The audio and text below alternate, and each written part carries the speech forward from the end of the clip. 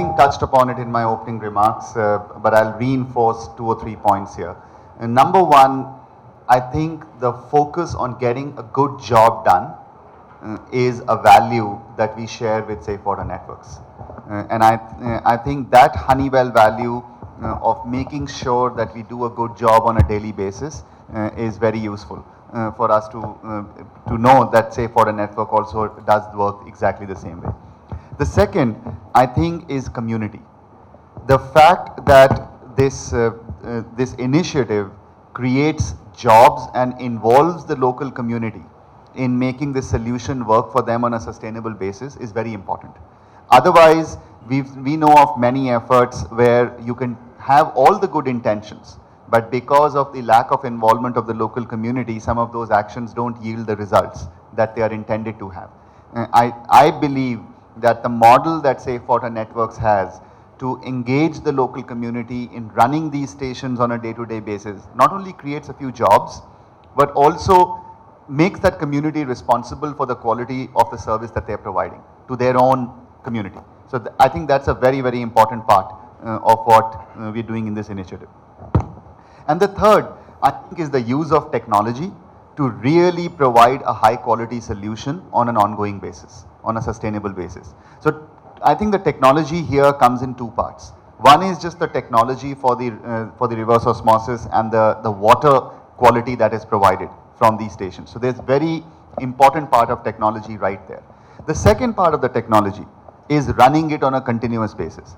There's no use of a water station if it is out of service for a few days and we are waiting for some spare part or something trying to get to that village from somewhere. And all that we can tell the community is, you know, this water station is not working for so and so reason. That focus of Safe Water Networks of using remote monitoring, continuous maintenance, and ensuring that that water station is running continuously is very, very important. And using technology to make that happen is a great part of what Safe Water Networks does with these IGEL stations. So I would say those 3 things are what I think is unique and distinctive about this initiative. So we are right now focusing on getting the 25 done, and then we'll think about the ones that come after that. But 10, as you know, out of the 25 are already done.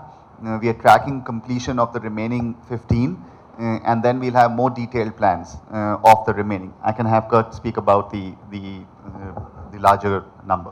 One of our entities, which is Honeywell Automation India Limited, was the erstwhile Tata Honeywell company, and that has been on the Bombay Stock Exchange for a long time. We are rated as amongst the better mid-cap stocks in the Bombay Stock Exchange. So I think I'll use that also as a representation of we being Indian.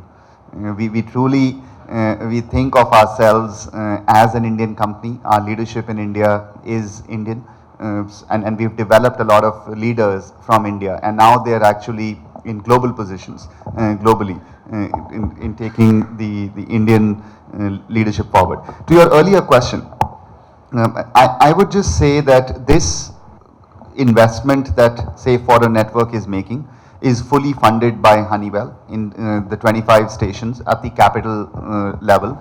The operating costs of these stations is self-funded, and that's the model that we really appreciate, that the community then makes it sustainable for themselves.